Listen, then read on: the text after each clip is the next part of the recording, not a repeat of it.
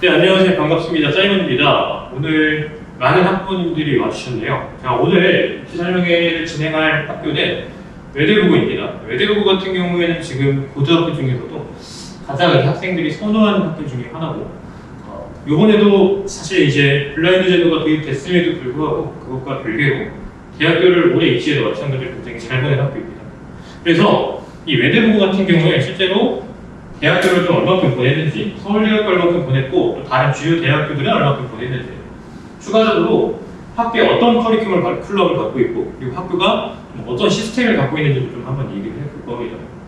추가적으로 외대부고 입시는 전형 방법이 어떤 식으로 좀 이루어지는지, 그리고 이 중에서도 특히 학부모님들이 좀 많이 궁금해하시는 것들을 좀 모아서 좀 입시 설명의 영상을 좀 만들어 봤고요. 입시 유광을 한번 좀 정리를 해드려 볼 겁니다. 물론 아직 올해 입시 유광이 나오진 않았습니다. 작년을 기준으로 한번 만들어 봤고요. 이거를 좀 봤을 때 입시 유광을 직접 읽어보지 않고 제 영상만 보더라도 좀 윤곽이 잡힐 겁니다. 추가적으로 작년에 나왔던 기출문제들을 제가 어느 정도 모아서 재구성을 해봤고요. 그리고 면접이 좀 어떤 식으로 이루어지는지도 제가 한번 자세히 잘 정리를 해봤습니다. 그래서 오늘 입시 설명의 영상만 보더라도 어떤 식으로 좀 입시가 이루어지는구나, 그리고 어떻게 학교에 입학할 수 있겠구나 라는 걸 좀 볼 수 있습니다. 한번 같이 보도록 하겠습니다. 자, 일단 올해 외대부고 실적부터 한번 보도록 하겠습니다. 2021년도 서울대학교 고교별 등록 실적 top50 기사에서 나왔던 사진을 좀 그대로 갖고 왔습니다. 1등은 항상 예체능이니까 서울 예구가 가장 많이 보냈고요. 그 다음에 이제 서울 과거가 그 다음으로 많이 보냈는데 68명, 서울 과거는 뭐 다들 아시다시피 수시에서 좀 강한 학교입니다. 외대부고 같은 경우에는 총 60명이 합격했고요. 수시에서 30명, 정시에서 30명. 자, 이걸 보면은 특목고의 좀 색다른 특성 중에 하나를 볼 수 있는데, 밑에 하나만 보더라도 46명 중에 42명이 수시로 가고 정시로 3명이었습니다. 이걸 쭉 봤을 때 정시는 30명, 정시로 제일 많이 갔죠. 이것만 더도 알 수 있다시피 외대부고 가게 되면은 내가 수시랑 정시를 둘 다 준비할 수 있는 학교구나 라는 걸 좀 알 수 있습니다. 그래서 또 특이한 점은 자사고 중에서는 전체 1등이라는 걸 좀 볼 수 있고요. 내가 수시로 준비할지 혹은 정시로 준비할지 모르겠다 라고 하는 경우에 외대부고가 굉장히 좋은 선택지가 될 것 같습니다. 조금 더 자세히 한번 보겠습니다. 또 2021년도, 2020년도, 2019년도, 2018년도 자, 뭘 볼 거냐면요. 저희가 이제 의예과랑 치의예과 합격한 학생들의 숫자를 볼 건데요. 가면 갈수록 숫자가 점점 더 늘어나고 있죠.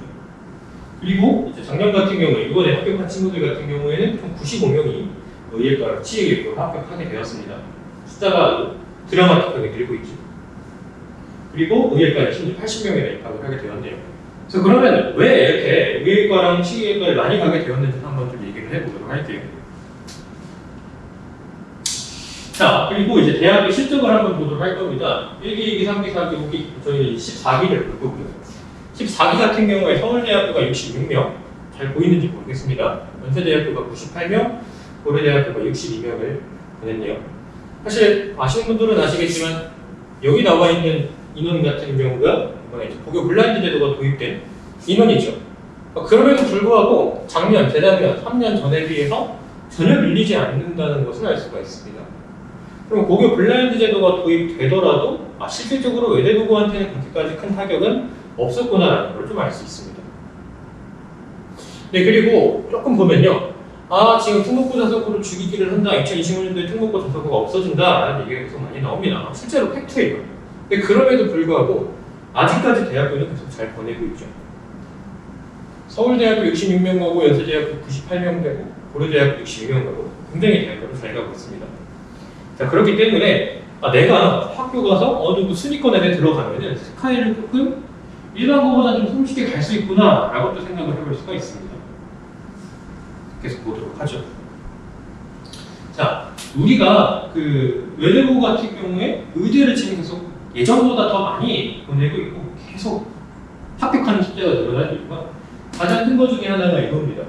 과학고 같은 경우에는 이제 의대를 지원할 때 불이익을 계속해서 주고 있습니다. 마찬가지로 영대고 같은 경우에도 이제 계속해서 불이익을 주려고 하는 움직임이 보입니다. 그래서 이런 학생들이 굉장히 많아요. 제가 나중에 의예과 가고 싶어요. 제가 나중에 치의예과 가고 싶어요. 근데 과학고 영재고 가도 될까요? 요즘에는 사실은 아직까지도 이제 과학고 영재고등학교 졸업을 하고 의예과에 가는 친구들이 생각보다 많이 있습니다. 근데 사실 지금 중학교 4학년이면은 나중에 어떻게 될지는 전혀 알 수가 없죠. 그래서 웬만하면 그런 도박을 하는 것보다는 차라리 이런 안전한 자사고등학교를 입학하는 게 조금 더 좋을 수 있다 생각하시면 되고요. 이렇게 생각해 보시면 돼요. 나중에 과학고등학교나 영재고등학교 입학했는데 나중에 실제로 지원을 어떻게 학교에서 다 막아버리면은 사실상 가고 나서 나중에 의대는 거의 못 간다고 생각하면 되는 거거든요. 그래서 내가 나중에 어떻게 준비해서 가고 싶냐를 좀 잘 생각을 해봐야 됩니다. 자, 외대부고에 대해서 소개도 한번 해보도록 하죠. 외대부 같은 경우에 2005년도에 개교를 했고요. 2011년도에 자사고 체제로 변환이 됐습니다. 7기 때부터 변환이 됐다고 합니다. 2019년도에 통합 선발을 하기 시작했고요. 그래서 지금의 경우에도 인문, 자연, 국제를 나누고 선발하지 않고 전체를 통합해서 선발을 하고요. 그러다 보니까 내가 합격하고 난 다음에 계열을 정할 수 있습니다. 그거에 대해서 조금 이따 또 자세히 한번 얘기를 해보도록 하죠. 그리고 이제 나타나는 큰 변화 중에 하나가 2025년도에 고교 학점제가 도입이 됩니다. 고교 학점제가 도입이 됐을 때에는 조금 어떻게 할까? 사실 이거에 대해서는 영상에서 할 말이 너무 많습니다. 그래서 이거 같은 경우에 나중에 다시 설명을 한번 다시 오픈을 해갖고 다시 한번 좀 진행을 해보도록 하겠습니다. 자, 일단 고교 학점제에 대해서 간단하게 한번 얘기를 해보고 넘어가게 되면요. 고교 학점제 같은 경우에는 우리가 다니는 대학교처럼 수강 신청을 직접 하고 그 다음에 이제 수업 운영이 이루어지고요. 어떤 학교들 같은 경우에 이 수업이 오픈되고 어떤 학교는 저 수업이 오픈돼서 이 학교를 갔다가 저 학교를 갔다가 이렇게 왔다 갔다 수업을 들을 수도 있다고 합니다. 아직 시행이 되지 않아서 어떻게 될지 잘 모르겠죠.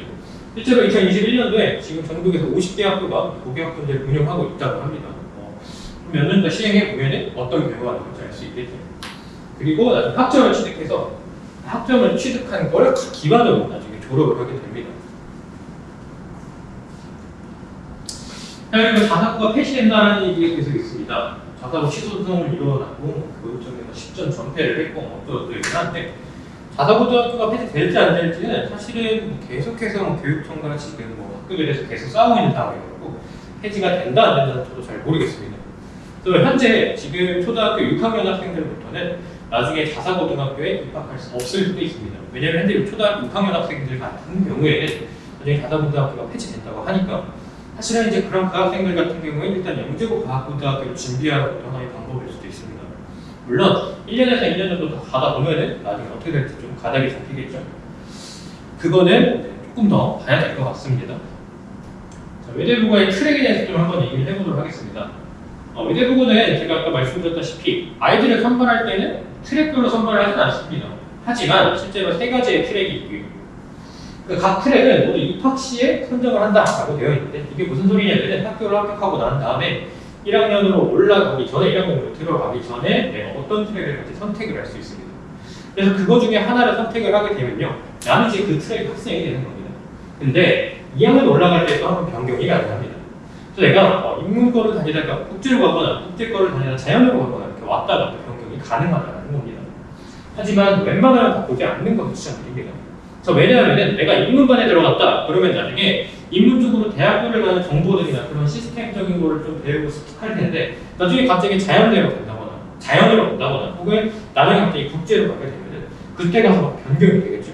변경이 되면은 나중에 더 혼란스러워질 수도 있습니다. 그렇기 때문에 웬만하면 바꾸지 않는 것을 추천드리고요. 그래서 먼저 생각해 보셔야 될 게 이겁니다. 내가 해외대를 가고 싶을까 국내대를 가고 싶을까? 그리고 해외대학교에 실제로 갈 수 있겠는가? 해외대학교에 실제로 갈 수 있겠는가? 이건 무슨 소리를 의미하냐면요. 해외대학교 같은 경우에 생각보다 굉장히 많은 비용들이 됩니다. 실질적으로 학비도 그렇고 생활비도 그렇고 생각보다 비용이 엄청나게 많이 듭니다. 그래서 내가 해외대학교를 가는 게 좋을지 국내대학교를 가는 게 좋을지를 먼저 생각하는 게 좋고요. 그 다음에 내가 나중에 이과 쪽으로 가고 싶을지 문과 쪽으로 가고 싶을지를 판단해야 됩니다. 그거를 나중에 판단하고 난 다음에 내가 국제로 갈지 인문으로 갈지 자연으로 갈지에 대해서 조금 더 생각을 해보면 되겠습니다. 이거는 웬만하면은 아까도 말씀드렸다시피 웬만하면 1학년 들어가기 전에는 생각을 하고 가시는 게 좋습니다. 그래야 많은 정보들을 얻을 수 있고요. 그래야 많은 선배들을 만나서 내가 어떻게 하면 합격할 수 있을지를 미리 알 수 있습니다. 자, 트랙을 한번 소개해 보도록 할게요. 국제, 인문, 자연. 국제는 빨간색, 인문은 노란색, 자연은 파란색입니다. 해당되는 의미를 소개할 필요는 딱히 없겠죠. 일단 전반적인 비율은 그렇습니다. 학부모님들이 가장 궁금해하시는 게 이거예요. 실제로 몇 명의 학생들이 있냐? 몇 명의 학생들이 있냐? 국제 같은 경우는 전체 10으로 봤을 때 1 정도의 학생들이 있고요. 40명 정도 있다고 합니다. 인문에 약 2 정도 있다고 하는데 70명에서 80명 정도 학생들이 있다고 합니다. 나머지는 전부 다 자연이라고 생각하시면 됩니다. 한 학년의 인원이 약 360명 정도 가까이 있습니다. 그 중에 40명 정도가 국제, 한 70명에서 80명 정도가 인문, 나머지가 자연이라고 생각하시면 됩니다. 네. 잠깐 어머님들이 또 많이 궁금해하시는 게 실제로 학생들을 뽑을 때 이거의 기준에 맞춰가지고 아니 그럼 내가 국제에 지원하면 좀 불리할까? 내가 혹시 인문에 지원하면 좀 불리할까? 이렇게 생각하실 수도 있고요. 어차피 일단은 지원하는 개념이 아니기 때문에 그건 그 상관이 없습니다. 그리고 TO를 미리 맞춰서 뽑아놓지도 않습니다. 추가적으로 이런 것도 굉장히 궁금해하시는 분들이 많아요. 내가 지금 여학생인데 여학생들을 더 많이 뽑으니까 조금 더 유리할까? 내가 남학생인데 남학생들을 조금 더 적게 뽑으니까 불리할까? 성별끼리 이미 TO가 있느냐? 그것조차도 없습니다. 그래서 작년 같은 경우에는 실제로 이제 1학년에 입학했던 학생들 중에서 여학생들이 너무 많아서 남학생 1층 기숙사를 여학생들이 사용하게 됐었습니다. 그래서 이미 TO가 정해져 있었다면 그런 일이 일어나진 않겠죠. 근데 남학생 기숙사를 1층은 이제 여학생들이 쓰는 거를 딱 보면 알 수 있듯이 인원이 그렇게 고르게 뽑히지는 않는구나. 실질적으로 좀 어느 정도 성적으로 뽑는구나 라는 걸 알 수 있겠죠. 자, 국제 여러 가지 과목들이 있는데요. 저희가 이제 조금 저희 이제 국제 이익을 자연에 대한 이수 과목들을 한번 얘기를 해볼 건데 국제부터 볼 겁니다. 국제 같은 경우 여러분들 이렇게 여러 가지 과목들이 있는데요. 저희가 일단 재밌게 봐야 되는 거는 1학년 과목들은 모든 학생들이 전부 다 동일하게 간다고 생각하시면 됩니다. 여기 지금 나와 있는 게 다른 이제 인문이나 자연 같은 경우에 동일하게 구성이 될 겁니다. 네, 조금 다르게 있긴 한데 그렇게 엄청 차이가 나지 않습니다. 2학년이랑 3학년 때 대해서 보면은 일단은 국제 같은 경우에 좀 특이한 게 AP 미적분학, AP 영어, 영미문학, AP 컴퓨터과학, AP 미시교시, 경제학 등 AP 수업을 되게 많이 듣게 됩니다. 이렇게 여러 가지 AP 수업을 주게 됨으로써 사실은 나중에 대학교 입학할 때 저희 우리 한국 학생들 같은 경우에 나중에 수능 쳐서 대학교를 입학하게 되죠. 근데 우리 그 해외 대학교 같은 경우에는 AP 그리고 SAT 그리고 뭐 다른 엑스트라 커리큘럼 활동들로 대학교를 입학하게 됩니다. 자, 그러다 보니까 학교에서도 모의고사나 수능을 가르치는 게 아니라 이렇게 아예 AP 과목을 교과가는 게 그렇습니다. 3학 때도 마찬가지죠. 자, 그리고 이게 또 한 가지 문제점이 뭐냐면 내가 국제반을 다니다가 나중에 국내 대학교를 가고 싶어. 수능을 보고 싶어. 수능 대비가 될까요? 네, 안 됩니다. 절대 안 됩니다. 애시당초에 국어 수업도 없어요. 네, 국어 수업도 없고 제2외국어 뭐 영어를 배우기는 하고 뭐 이렇게 하지만 수학 같은 경우에는 미적분학 칼큘러스를 배우는데 이 칼큘러스랑 실제로 한국에서 배우는 수능 수학이랑 거리가 굉장히 많이 다릅니다. 그러니까 그렇기 때문에 내가 나중에 국제 해외반을 준비를 하다가 나중에 국내 대학교 가고 싶어 그래서 수능을 같이 보야 돼 라고 하는 경우엔 웬만하면 재수를 하지 않는 이상 힘들겠죠. 인문 커리큘럼을 한번 보도록 할게요. 1학년 거는 아까랑 비슷하다고 생각하시면 되고요. 저희가 이제 2학년 때부터 좀 재밌게 봐야 되는 건 뭐냐면 수1, 수2가 전부 다 2학년 때 들어가 있습니다. 사실 이런 커리큘럼을 갖고 있는 학교가 많이 없어요. 자, 그럼 수1이랑 수2가 전부 다 2학년 거에 들어가 있기 때문에 심지어 인문입니다. 인문인데도 2학년 때 수1, 수2가 다 들어가 있어요. 사실은 이제 일반 고등학교를 다니면서도 수2까지 고등학교 3학년 때까지 끝내는 게 아이들이 굉장히 힘듭니다. 근데 우리 고등학교 같은 경우에 외대부 같은 경우에 벌써 2학년 때 수2까지 다 나가버리죠. 이게 뭘 의미하냐면요. 나중에 선생이 안 되면 학교 들어가서 따라하기 되게 힘들어요. 그래서 웬만하면 이제 학교에 입학하기 전에 고등학교 수학 정도는 어느 정도 좀 공부를 하고 오는 게 좋습니다. 자, 그러면 2학년, 3학년 때는 뭐 하냐? 다시 확률 같은 게 다시 심화 수학 1, 뭐 이런 게 들어가죠. 뭐냐? 우리 고등학교 2학년 때 배웠던 것 중에서 조금 더 심화된 내용으로 다시 복습을 한다는 겁니다. 자, 이렇게 되면 뭐가 좋을까요? 당연히 수능 성적이 잘 나오겠죠. 자, 이런 것 때문에 정시에도 당연히 대비가 될 수밖에 없는 겁니다. 자, 그리고 뭐 심화, 국어, 언어, 매체, 독서, 확률, 통계 심화 수업은 다 보면 뭐랑 비슷하냐면 다 수능에서 본 과목이랑 비슷합니다. 또 외대부분 재미있는 점 중에 하나가 EBS 출신 강사님들이 되게 많으세요. 수업을 되게 잘 하십니다. 당연히 수능 성적이 잘 나올 수밖에 없겠죠. 네, 그런 차이가 있습니다. 상황을 그러니까 자연과 다시 보도록 하겠습니다. 자연과 보면요, 마찬가지로 1년 때는 거의 비슷합니다. 근데 아까랑 조금 다르게 재밌는 게 뭐가 있냐면 수원투는 당연히 들어가고요. 미적 공급 확률 같은 경우 이거 나중에 1번고등학교 고등학교 3학년 때 하는 거거든요. 고등학교 2년 때 다 끝납니다. 또 재밌는 거는 뭐냐면요, 여기 보면은 물리학 1 그리고 물리학 2, 화학 1, 2 생명과학 1 배우고 여기 생명과학 2까지 배웁니다. 지구과학은 여기까지밖에 안 들어가긴 하는데 뭐 이건 나중에 선택할 수 있을 겁니다. 근데 여기서 좀 중요한 건 뭐냐면 물리 1, 2, 화학 1, 2, 생명과학 1, 2를 고등학교 2학년 때 물론 생명과학은 2는 이제 고등학교 3학년 때 배우긴 합니다만은 다 배우고 들어가는 거예요. 자, 그럼 어떤 학생들이 유리하겠느냐? 사실 간단하게만 생각해봐도 수학이랑 과학이 어느 정도 선행이 끝난 학생들이 당연히 좀 유리할 수밖에 없겠죠. 그런 학생들 누구 있을까요? 영계 과학 준비했던 친구들이 유리할 수밖에 없습니다. 자, 그러면은 어떻게 해야 되느냐? 학교 합격하자마자서부터 수학과 죽어라 달려줘야 됩니다. 그렇게 해야지 자연대에 들어가서 조금 따라갈 수 있습니다. 굉장히 공부 많이 해야 되죠. 그리고 이렇게 공부하면 당연히 수능 잘 볼 수밖에 없겠죠. 말할 필요도 없겠죠. 자, 그래서 등급, 이거는 사실 외대부고의 등급은 아니고요. 실제로 이제 학생들의 등급에 대한 인원, 어느 정도 있는지, 그걸 그래프를 나타내는 겁니다.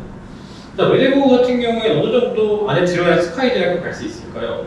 어느 정도 안에 들어야 온서울 대학을 갈 수 있을까요? 이런 질문들이 많이 나오거든요. 보통 이제 서울대학교 같은 경우에는 여기에서 여기 절반 정도까지는 서울대학교는 웬만하면 지원해볼 수 있습니다.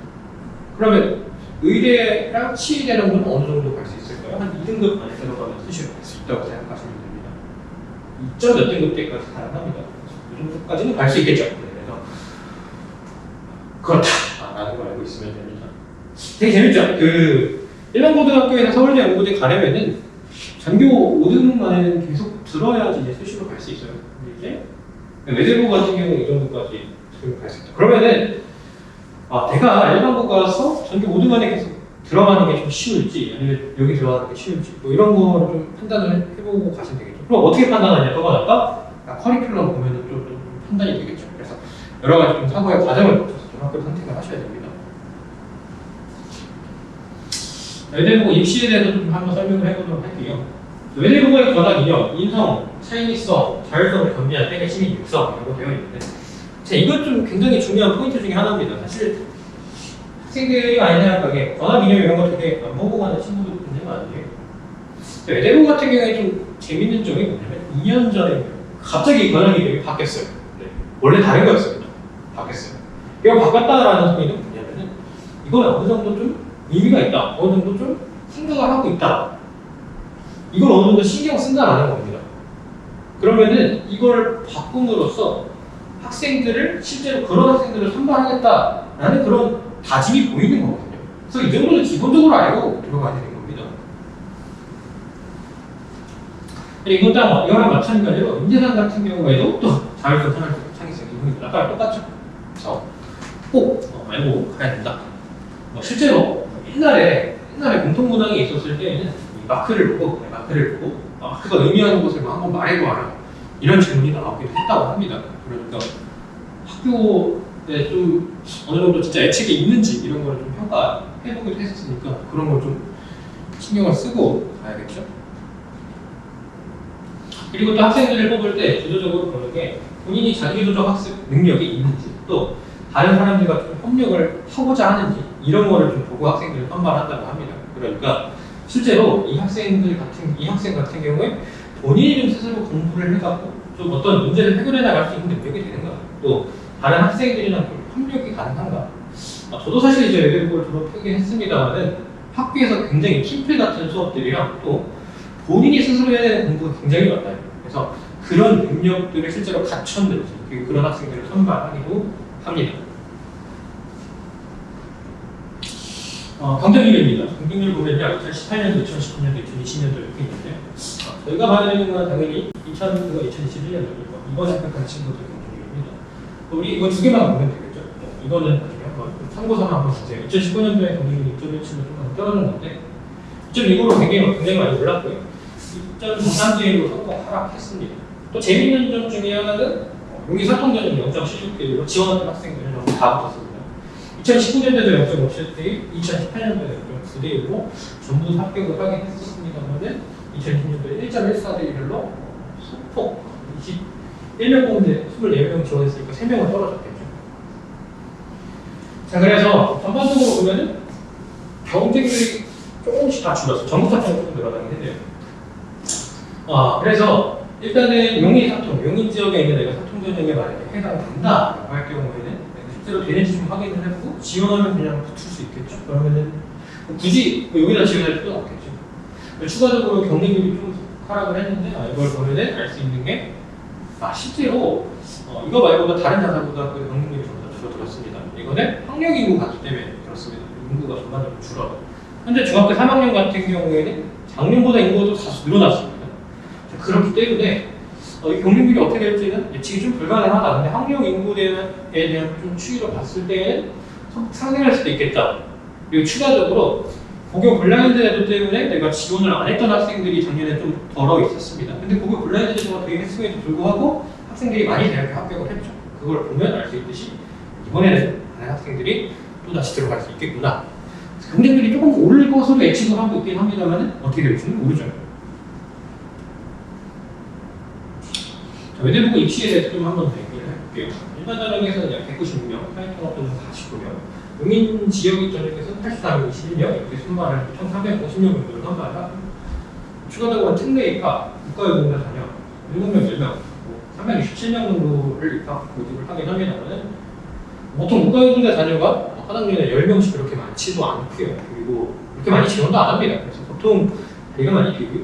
그럼 이 비는 인원만큼은 보통 나중에 추가 모집을 하기도 합니다. 그래서 일단 이번에 신경 쓸 필요 없겠죠. 약 350명 정도 선발한다. 1년에 약 390명 정도가 된다. 라는 걸 조금 알고 하면 되겠습니다. 내가 여기서 어디에 지원해야 될지 좀 보면 되겠죠.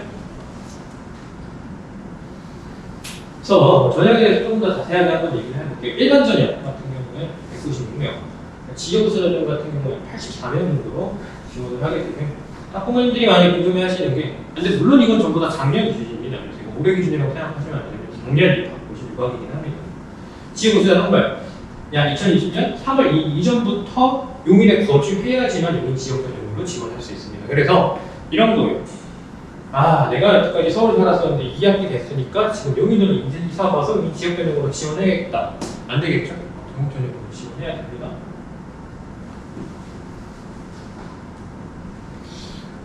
전형 방법 1단계에서 교과 성적 40점이고요. 2단계에서 면접 평가 60점입니다. 그럼 이거 보면 알 수 있듯이 면접에 대한 점수가 훨씬 더 크구나. 단 경쟁률이 2대1이 넘을 경우에 2배수가 초과할 때에는 성적을 보고 선발을 합니다. 근데 경쟁률이 계속 2대1 이하로 떨어진 적이 한 번도 없어요. 그리고 올 A인 학생들만 지원을 하게 됩니다. 그래서 국영수사가 올 A가 아닌 경우에 국어, 영어, 수학, 사회가 올 A가 아닌 경우에는 웬만하면 전국 단위 연형 같은 경우에 지원하지 않는 게 맞습니다. 물론 사회통합 전형은 해당되지 않습니다. 사회통합 전형은 그냥 지원하셔도 됩니다. 근데 전국 전형인데 내가 기가 하나 떴다. 그러면 웬만하면 외대부고는 지원하지 않는 게 맞겠죠? 약 40점 정도가 들어가고 면접평가 60점 정도가 총 100점이 들어갑니다. 그럼 이제 1단계가 통과하게 되면 면접평가만 달리게 되는 거예요. 학생들을 선발할 때 가장 중요한 게 뭘까요? 자기소개서랑 면접입니다. 자기소개서랑 면접이 잘 준비가 되어 있다면 그건 크게 무리가 없겠죠.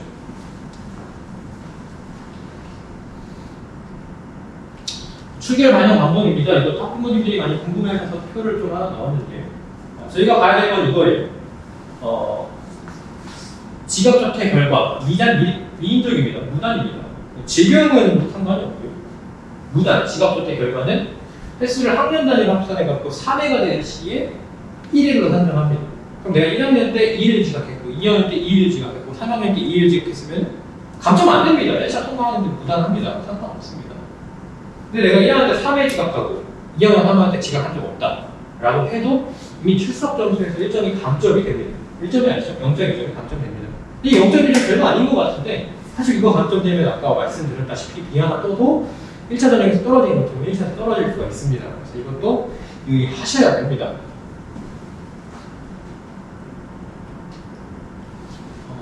이거는 이제 자기소개서에 들어가는 자기소개서 작성해야 되는 그 유효성 있는 자기소개서 양식인데 이거 기반으로 작성하면 됩니다. 1500자를 작성해야 되고 그다음에 콩깍기 인성 작성을 해주면 되고 본인이 수수료가 봤을 때 했던 거 인성 영역 이렇게 작성을 하면 됩니다. 그래서 이거 정도는 잠깐 이따가 읽어보세요. 정현이 면접 기출문제도 한번 보도록 할 겁니다.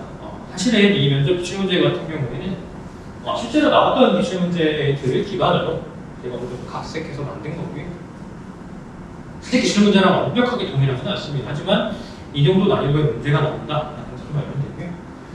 작년에 좀 면접을 볼 때는 어떤 특성들이 있었는지도 한번 얘기를 해보도록 할게요. 면접 시간에 원래는 기존 15분이었는데 작년 같은 경우에 코로나로 인해서 약 10분 내외를 진행했다라고 하는데 사실은 1번 문항에서 4분, 2번 문항과 3번 문항에서 2분씩 그래서 총 8분으로 진행을 했고요. 추가 문항까지 합쳐서 약 10분 정도로 진행하게 되었습니다. 추가 문항이 없었던 학생들도 있었고 있었던 학생들도 있었고요. 추가 문항이 많이 나왔던 학생 같은 경우에는 계속 그걸 답변하느라 시간이 거의 12분에서 13분 정도 소요된 학생들도 실제로 있었습니다. 일단은 공통적으로 모든 학생들이 개인별 3개의 문제가 있다고요. 공통 질문은 없었습니다. 추가 문제 제한에서 추가 질문도 제한이 없었기 때문에 아까 말씀드렸다시피 계속 질문이 나온 학생들도 있었습니다. 면접 방식은 개인별 면접이고 면접관은 3명이었습니다. 4명 같은 경우에는 한 방에 들어가서 의자에 앉아있으면 앞에 모니터가 있었고요. 그 모니터를 보고 면접 답변을 하는 형식이었는데 어떤 학생 같은 경우에 면접관이 3명이 있기도 하고 어떤 학생 같은 경우에 면접관이 1명밖에 없기도 했습니다. 그럼 이제 면접관이 1명이에요. 그건 아니고요. 나머지 2분이 카메라를 안 튼 거였겠죠. 실제로 그것 때문에 좀 심리적 압박감을 느꼈던 학생들도 있기도 합니다. 그래서 이건 조금 아쉽지 않나 라는 생각이 듭니다. 면접 범위 같은 경우에 자기소개서를 기본으로 하고 생활기록부를 참고한다고 합니다. 학부모님들 중에서 많이 좀 생각하시는 게 어차피 자기소개서가 제일 중요하지 생활기록부는 신경 안 써도 돼 라고 생각하시는 분들 계시는데요. 이거는 제가 그냥 바꾼 거 아니고요. 외대부고 실제로 이제 설명회에서 나왔던 자료들을 기반으로 제가 만든 거고요. 이거 같은 경우에 그 설명회에 그대로 나와 있던 내용입니다. 생활기록부를 참고한다. 생활기록부를 실제로 봅니다. 나 같은 경우에 생활기록부에 합격 폭력한 내용이 들어가 있는데 어차피 생활기록부 안 보니까 괜찮겠지라고 생각하는 학생들도 있는데 안 됩니다. 생활기록 관리를 어느 정도 해주시는 게 좋다. 그러면은 웬만하면 중학교 1학년 때부터 2학년 때부터 생활기록부를 차근차근 관리하다가 3학년 돼서 자기소개서를 면접 때 관리하는 게 제일 이상적이긴 하겠죠. 물론 그렇게 하는 학생들이 생각보다 많지는 않습니다. 자, 면접에서 주요하게 물어보는 게 독서 능력. 이 학생이 책을 실제로 좀 잘 읽는지, 플러스 알파적인 거를 좀 물어보고 있습니다. 실제로 본인이 자기주도적 학습 능력을 갖고 있는지, 이걸 시간적으로 응용할 수 있는지. 이게 아까 학교 인지상과 또 맞물리는 얘기겠죠. 또 추가적으로 보는 게 선행학습의 프레임에 속지 말 것이라고 적혀 있는데, 선행학습을 이 학생이 많이 했다. 내가 뭐 미적분도 알고 이미 뭐 극한에 대해서도 알고 내가 뭐 시리즈에 대해서도 알고 막 다 안다 라고 작성을 해놓으면은 너 그거 어디서 배웠니? 라고 질문이 나올 수가 있습니다. 근데 질문이 나오는데 학원에서 배웠어요. 그래서 이거 배웠어요. 라고 하면은 그걸 안 좋게 본다는 거예요. 선행학습을 했다. 선행을 잘했다. 라는 것 자체가 자랑거리가 전혀 되지는 않습니다. 자, 그러니까 내가 선행학습했다라는 거를 자랑스럽게 말하면은 안 되겠다. 이건 기본적으로 생각하시면 되겠죠. 이건 사실 어디 학교나 마찬가지예요. 실제로 나왔던 질문들입니다. 유엔 상임 이사국 거부권 문제 정당성에 대하여 언급했는데 자격 중이시면 정책 결정이 불평등을 초래한 구체적인 사례와 방안은 무엇이 있는가? 투키디데스 함정에 빠졌던 우리나라의 역사적인 사례와 이를 회피하기 위한 방안에 대하여 두 가지 설명하여라. 네, 이런 식으로 나옵니다. 굉장히 어려워요. 이걸 어떻게 중학생이 대답하느냐. 근데 이게 어느 정도 분명히 자기소개서에 분명히 유엔 상임이사국의 거부권에 대한 내용이 당연히 자기소개서에 적혀 있겠죠. 그럼 이제 그거에 대한 내용에 대한 답변은 분명히 이미 준비를 했을 겁니다. 질문이 나올 걸 이미 알고 있잖아요. 그죠? 그런 식으로 준비하는 겁니다. 투키디데스 함정에 빠졌다. 투키디데스 함정이 뭘까? 당연히 모르죠. 아마 여기 계신 학부모님들도 잘 모르실 거예요. 일반 사람들 잘 모르죠. 근데 내가 자기소개서 이걸 적으면 당연히 이건 알 거예요. 그러니까 그런 내용들을 작성을 해놓으면 그거 기반으로 질문이 나오니까 충분히 준비가 가능하다. 그렇게 어렵지만은 않다. 계속 볼게요. 석법선언 문제에 관한 근본적인 해결책과 이를 아직까지 해결하지 않는 이유, 좀 잘렸네요. 해결하지 않는 이유는 무엇일지 민주주의적 관점에서 해석하여 설명하시오. 석법선언의 문제에 대해서 근본적인 해결책은 무엇이 있느냐? 이런 것도 당연히 좀 자기소개서에 적어놨을 겁니다. 탄소저감 에너지 관련 기술인 저탄소 공법의 실효성과 실질적으로 우리나라가 주도적인 개발을 하지 않는 이유를 함수적으로 표현했다고 했는데 어떻게 하면서 여기서 수치화했는지 말하시오. 자, 그럼 이거 보면 알 수 있는 게 뭐냐면요. 그러니까 내가 자기소개서에 나 이거 했고 저거 했고 뭐 했어요 자랑만 주구장창 늘어놓게 된다면은 너 실제로 이거 했니? 라고 질문이 들어올 수 있다라는 거예요. 그래서 뭐다? 옳지는 안 됩니다. 네. 아니 실제로 수치화해서 했으면 충분히 답변할 수 있겠죠. 실제로 했던 학생은 분명히 답변할 수 있는 내용입니다. 안 했던 학생은 답변 못하겠죠. 이런 거를 평가하는 겁니다. 작년에 코로나였죠. 그래서 이런 표현이 나왔습니다. 코로나 바이러스와 에볼라 바이러스의 차이점에 대해 설명하였는데 이를 구체적인 사례를 기반으로 설명하고 코로나 바이러스의 종결 시점을 2022년으로 둔 것에 대해서 어떤 변수들이 들어갔는지 설명하시고 이것도 마찬가지로 하나는 좀 비슷한 질문이죠. 우리나라가 해외에서 주도적인 패권을 지닐 수 있는 방안은 무엇이 있으며 이를 실천하기 위하여 국방 및 군대 방향성에 대해 논의를 해보시고 또 마찬가지죠. 그래서 이런 식으로 좀 면접 질문들이 구성이 되는구나 라는 것을 조금 알 수 있습니다. 자, 이렇게 해서 외대부고 입시 설명에 대해서 좀 끝났고요. 제가 지금 설명해둔 자료들만 좀 보더라도 실제로 나중에 학교 입학하는데 큰 도움이 될 겁니다. 그래서 외대부고는 좀 이런 식으로 학생들을 판단하는구나, 어떤 특성을 갖고 있는구나 그걸 알 수 있었습니다. 자, 이제 그럼 Q&A 시간으로 넘어가면서 계속 진행해 보도록 하겠습니다. 네.